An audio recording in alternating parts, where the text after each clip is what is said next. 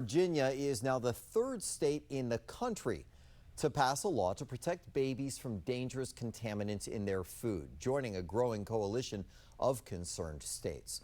Governor Youngkin signed that bill just today that requires baby food makers test for toxic heavy metals and display those test results via a QR code on the label.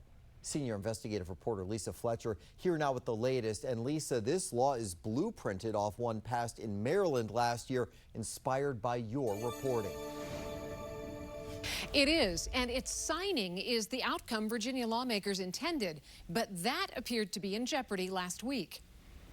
Virginia lawmakers passed the Baby Food Protection Bill to safeguard developing infants from well-known neurotoxins like lead and arsenic that can irreversibly harm their brains and bodies. With unanimous support in both chambers, it seemed obvious it would sail into law.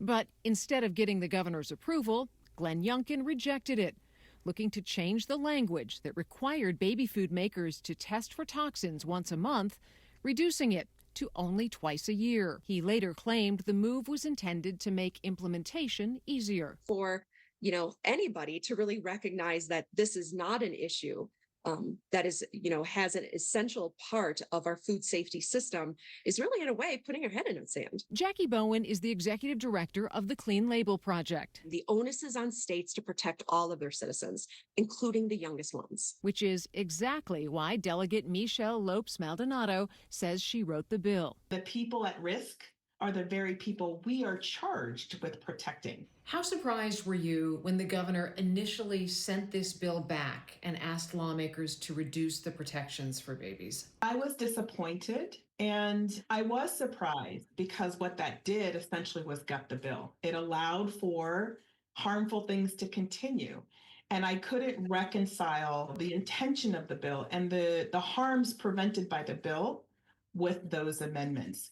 And so it was very clear that they were not in the best interests of parents or our children. So Lopes-Maldonado and her colleagues took their chances, sending the bill back to Youngkin unchanged.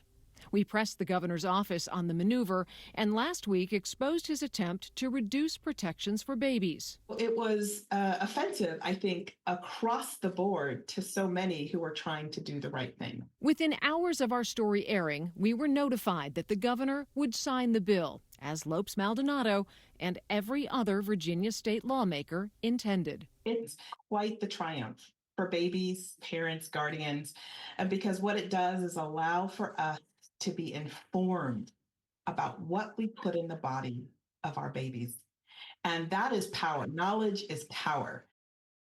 So, Lisa, Virginia is now the third state to pass this law.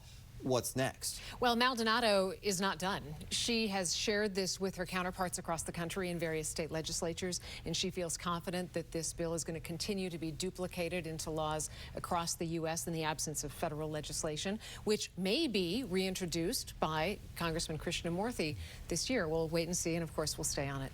Quite the development. All right, Lisa Fletcher, thanks so much.